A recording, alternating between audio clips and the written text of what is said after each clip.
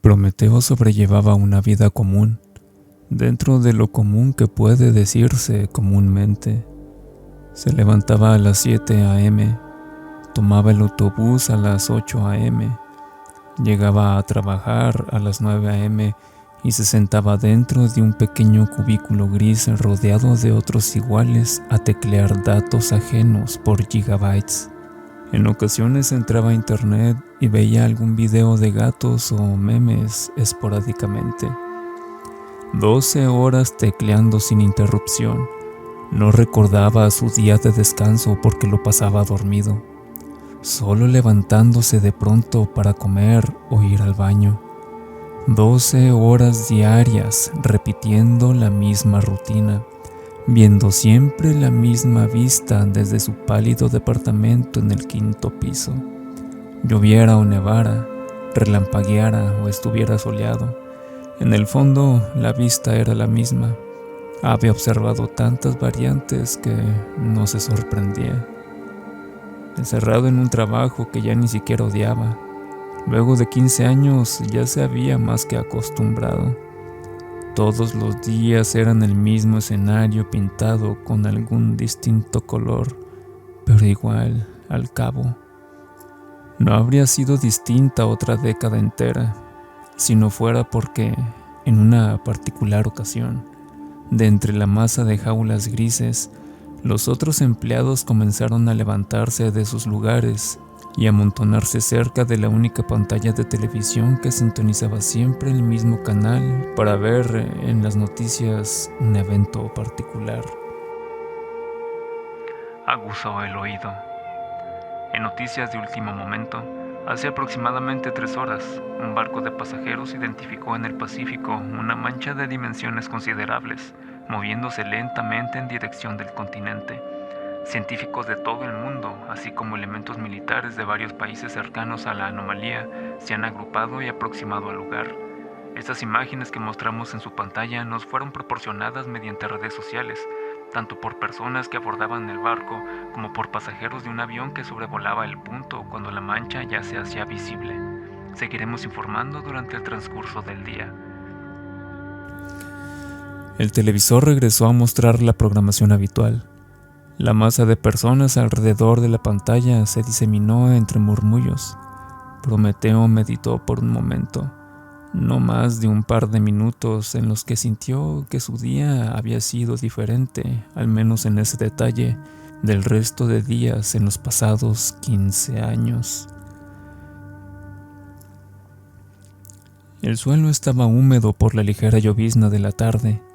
La noche era fresca y Prometeo esperaba el autobús de vuelta a casa. La radio del transporte público chillaba eventualmente y entre estática constante sonaba Flame in the Night. Send me a sign and reopen the gate. Send me back home and release me from pain. La canción fue interrumpida de tajo por una voz femenina. El objeto que se mueve en el Océano Pacífico sigue creciendo. Se traslada despacio a razón de 1 kilómetro cada 5 horas aproximadamente. Los oceanógrafos, militares y otros especialistas no han podido identificar de qué se trata. Las ondas que se envían para explorar desaparecen y no mandan datos.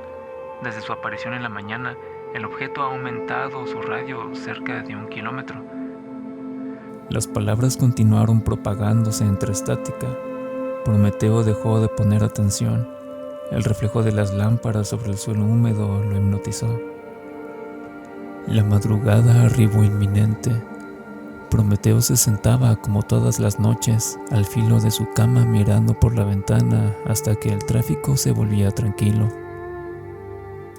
Alcanzó a escuchar voces ahogadas a través del muro. Entendió apenas solo una frase de 6 palabras de boca de una mujer a alguien más, que podría ser cualquiera, incluso su gato. Espero que no sea algo malo. Algo malo, susurró apenas moviendo los labios. Durmió.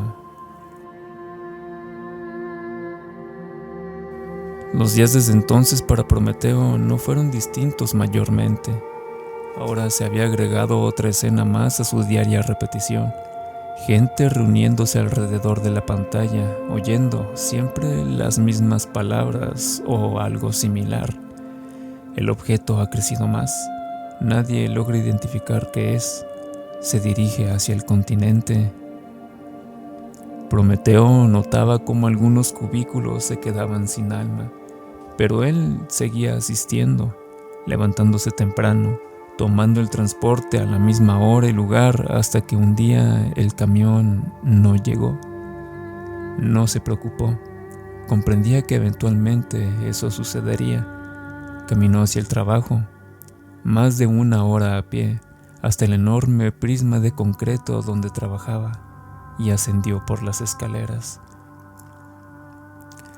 Desde la ventana tenía una vista privilegiada hacia el mar, pero se había convertido hace mucho en una imagen que parecía pintada sobre un muro de cristal. Prometeo se sentó como diario en el mismo lugar e hizo las mismas cosas. Los cubículos grises estaban huecos de almas. La televisión estaba encendida y la estática bailaba en la pantalla. En el suelo yacían papeles regados por el aire acondicionado que alguien olvidó apagar al salir, tal vez ayer o antier o la semana pasada. En los caminos asfálticos junto a la banqueta, la primera plana de un periódico aprisionado por el peso del agua de un charco dejaba ver sus manchas de texto negras sobre gris en la noticia principal. La cosa ha crecido hasta magnitudes impresionantes. Se ha levantado un cuerpo de agua similar a un tsunami monstruoso de 1 kilómetro de alto. Se dirige a la costa con una velocidad estrepitosa.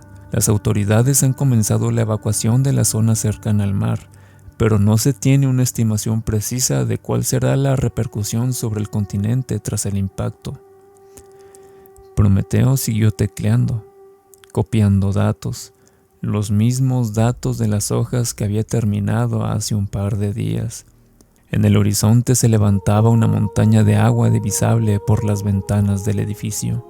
La inmensa masa de agua movía el aire y creaba un viento que quebraba los árboles, y el ambiente fue inundado por un sonido cavernoso similar al canto de una criatura abisal.